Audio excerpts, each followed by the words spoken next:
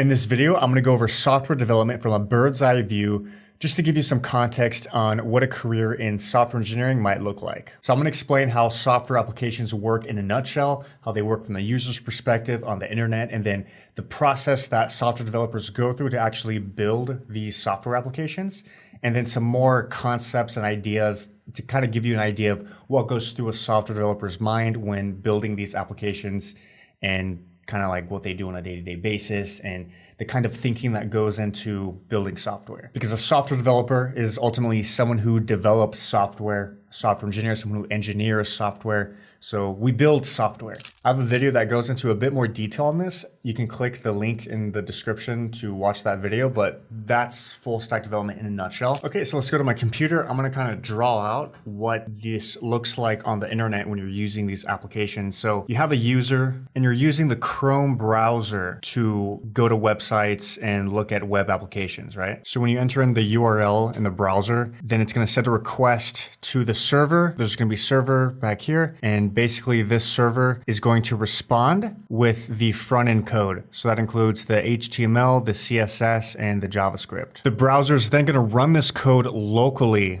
on the browser on your computer.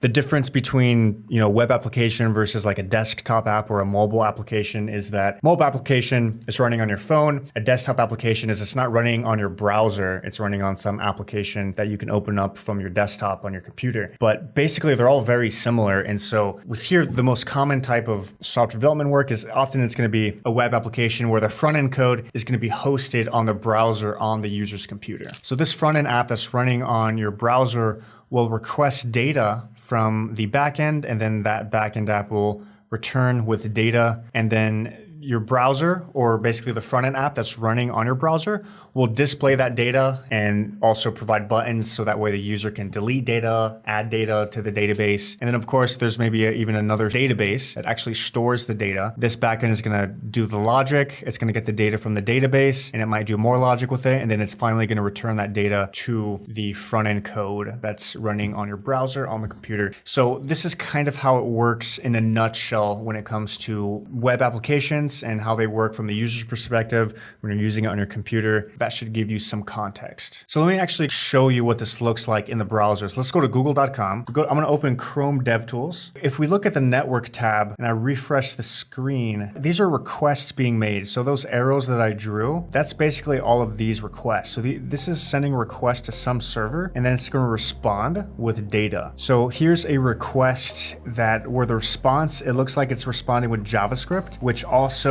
I believe it's adding HTML to the website as well. This request is getting this JavaScript code, and then the browser is running this JavaScript code. And then this is why I see this app, and this is how it works. And this front end code has code in it that is responsible for getting extra data from the backend. So for example, this is a course platform that I have for my students. If I log in real quick and we look at the network tab, I'm gonna sign in. You can see there was a request sent. So when I logged in, the front end app sent a request to the backend app with my username and password. And then the response is a JWT token, which basically tells this front end app that I'm logged in. When I make other requests, it will use this token to show the backend that I am logged in. Basically what happened is that when I pressed logged in, I sent my credentials to this server, which includes the username and the password. And then it responded with a JWT token, which is basically like a code. And then now from here, whenever this app wants to get more data from the server that requires permissions, meaning like I have to be logged in to get that data, it'll send the request with the JWT token. And the backend is going to check to see if that JWT token is a valid token that belongs to a user who's actually logged into the application. And so that it's going to do that logic, make sure it's valid. And then if it's valid, it's going to send the request to the database and get whatever data that the user is requesting. And then it's going to give that data back to the user. So this is just, a quick example of how the application works on the internet. And so if we come back here, if we look at elements, like this is the HTML code. And so the browser browser can only run HTML, CSS, or JavaScript, but on the back end, it can run any kind of code. It can be JavaScript as well. It could be Python. It could be C++. There's a lot of different options. Okay, so let's talk about the basic software development lifecycle. How do software developers actually build these software applications? To develop software, we need to be able to work on the software application locally on our own computer, and then we can upload the code. Typically, this is going to be GitHub. GitHub is going to host your code. It can host the front-end code and the back-end code. It can be in the same repository, and we can just have the front-end code and the back-end code in different folders. It's as simple as that. As a developer, when we're working on the software, we're going to download this code onto our computer. And then on our computer, once we've downloaded that folder, we need to run this code. And so typically, like on my MacBook, I use the terminal, and using the terminal, I can go into folder and I can run the code. And so kind of like how you're running the browser app on your computer. And so you have the front end code running and the back end code running. And so then basically you have these two front end and back end servers. What you can do is you can open this front end code using your browser, just like if you were to go to an actual website, except it's not connected to the internet. It's just running off of code on your local computer. And so then when it's running code on your local computer, instead of this front end code sending requests to a back end database living somewhere on the internet, it's going to send those requests to the back end server running directly on your server. And so this is where you're going to actually develop the application. You can make changes to the front end code or make changes to the back end code. And then those changes will be reflected on the app that you're running live right on your computer. So you can make sure that the changes work as you expect. Once you've made the changes you want to make to your web application, then you can upload that folder back to this repository, which is GitHub. Now, GitHub has the updated code that you modified on your computer. From GitHub, then you can upload again those changes to the server that's actually sending the responses to people actually running the app on their computer all around the world. But basically what it does is it allows developers to work on the same code base without conflicts happening, and everyone's work to stay in sync. When developers work on the software, they're also going to write tests to make sure that the software works and they don't break it. Because when you have a lot of developers working on the same code base, it's easier for something to break, someone to make an accidental change that breaks something in the code to where the app isn't working as it should be. So it introduces a bug. Instead of like manually reviewing the code all the time, we want to have tests that automatically test the code for us to make sure that nothing breaks. Not only does this catch bugs early, but it also makes developers feel very confident in adding their changes. So tests are a great way to keep the code maintainable, as well as improving developer productivity, because it gives the developers the confidence that they can move fast. So continuous integration is basically whenever a developer tries to upload his code to GitHub, continuous integration is going to automatically run tests. And it's going to automatically run those tests and make sure that nothing's broken. So as long as none of the tests break,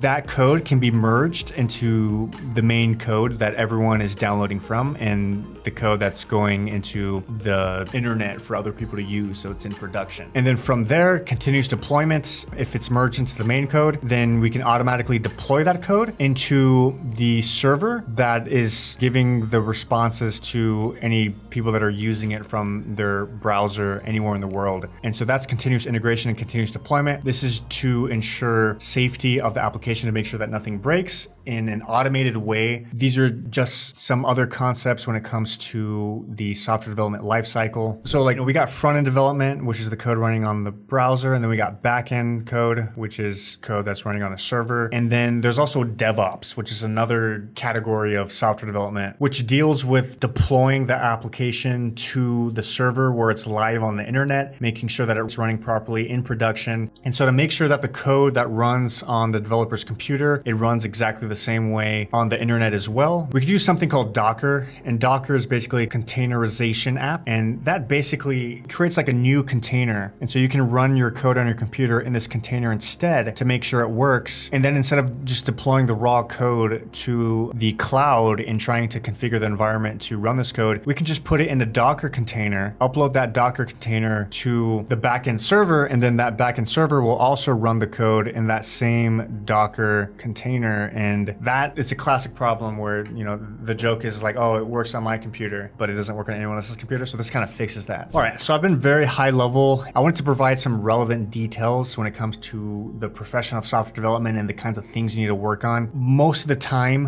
when you're looking at, coding tutorials and stuff like that, they're more going to focus on these details, like how to code in HTML, how to code in CSS, how to code in JavaScript, how to use React, which basically makes doing this stuff easier. And so I'm not gonna get into too much detail in this video, but I kind of gave you some more context to see how it fits in the bigger picture in terms of software development as a profession. Now, I'll also explain some other concepts high level, just so that we can get an idea of the thinking that goes behind software development. And so everything comes down to inputs and outputs, okay? So we got inputs and we got outputs. And everything in software development is basically just components, which I can just draw circles, and they interact with each other somehow using inputs and outputs. So the example I gave you, the front end app, when it sends a request, it's going to give an input to the backend server, and then the backend server is going to respond with an output, and then the front end app is going to receive that output. And so the code in between the input and the output is called the algorithms. And so this JavaScript code that you write and any other kind of code, it's going to live inside some kind of component. So that way, when it takes in an input, it can do logic on that input and then return with the correct output. So algorithms are just step-by-step instructions that transform the input to the specified output. So these conceptual components that I was referring to, these could be like the different servers that are interacting with each other, or they could be more granular. Like if we look at the code, they could be the individual files on your computer that hold different JavaScript code, or it could be the individual functions living in those files. You can think of them as modular building blocks. And so there's a term called spaghetti code. I'm just gonna represent it like this. It's all complicated. You don't know what interacts with what. One piece of code might depend on a bunch of other pieces of code. And so if you change one thing here, you might break all these other things. And so to prevent that and to make code more clean, more maintainable, instead what we do, we're going to encapsulate all that complexity behind a component with a simple interface that takes in simple inputs and simple outputs. I won't get into too much in this video. Basically, like a car has a bunch of complexities to it, an engine, the axle, but when you use a car, you're only going to interface it with the steering wheel and the pedals. You don't want to get bogged down by the details of the internal workings of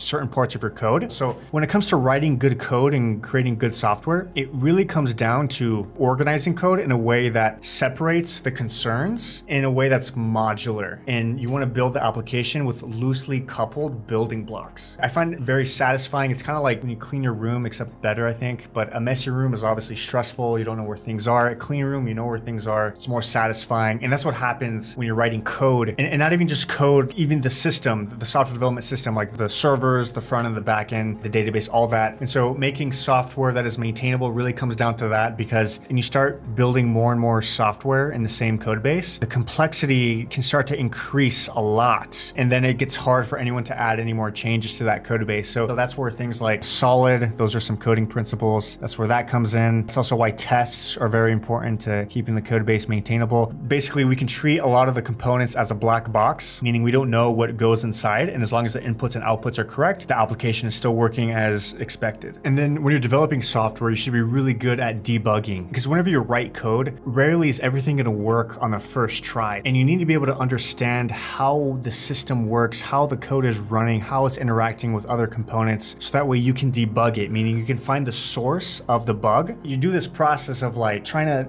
come up with a hypothesis of what may be wrong. You go in, you think, okay, maybe this is wrong. Let me check out how the code looks, and it'll give you a clue where to go to find the bug. This is also why logging is important to help you debug. So you want to be able to look at the logs. You can add some console.logs in your application to see what the data looks like. When it's running in a production environment, there should be logs as well that log any errors that happen. And so these are just things that give you clues to figure out where the bug is coming from. And so debugging is a big part of software development. Now, here's another idea in software development that I think is pretty important, is abstraction. So when computers were first invented, invented, it was just binary zeros and ones. And then what happened is we invented a programming language called assembly. And assembly basically made it to where people didn't have to code in binary anymore, and we could just use the assembly language. This was still a very low-level language, but it did a lot of the zeros and ones for you under the hood. And then there was a new program called C, which basically does a lot of the assembly code for you. And so you no longer have to write in assembly, you just have to write in C code. And then there's C++, which is even higher level. And then there's JavaScript now, which is even higher level, which abstracts away all these details of writing computer code. You just write it in JavaScript and it's going to compile down into zeros and ones for you. Because the computer only reads in zeros and ones, that's the language of a computer. And so, but we've built a lot of tools on top of that to be able to communicate with the computer using tools that are simpler for humans to use. And so then on top of JavaScript, now we have React.js, which includes HTML and CSS. On top of React, we also have Next.js now. The idea is in software development, we're continually layering abstractions on top of abstractions on top of abstractions. So a lot of times, like to be productive as a software developer, when you're like building your own components, for example, you can code it yourself, but a lot of times there's tools that do the job for you. So part of the work of a software developer is not only just coding the code that goes into the components, but it's doing research on what other tools online can do the job for you. And if you find a tool that does the job for you, all we have to understand is how the inputs and outputs of this component work, and then we can properly integrate it into our application. So for example, like if you learn JavaScript, that's not enough to build a full stack application. You also need to learn React. You need to learn different tools like Node.js, and you need to learn Express. You need to learn how to work with a cloud platform. So instead of like hosting the code on your computer and connecting it to the internet, there are companies that connect the servers to the internet for you, and all you have to do is upload the code to those servers and use their interface to configure the environment. And so you also want to learn about the different tools that are available, pick the right one, or code it from scratch if you want. And so that's where a lot of thinking and software development goes as well. So that's a lot of software development in a nutshell.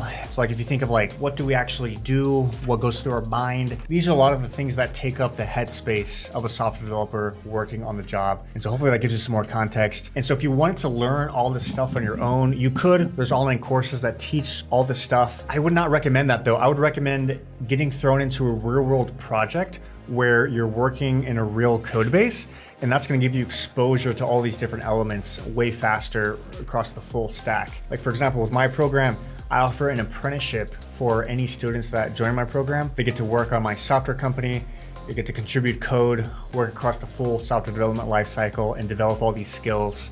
And so, and they get feedback from me, and they get apprenticeship from me. And apprenticeship in real experience is the best way to get better and get your skills down.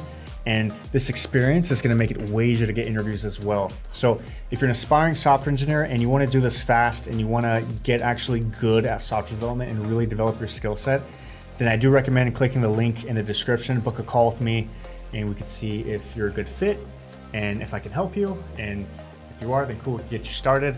But otherwise, hope you enjoyed this video. Hopefully that gave you some kind of overall context of the software development industry. Maybe not something that is, I haven't really seen too many videos like this, so I thought it would be helpful. So best of luck.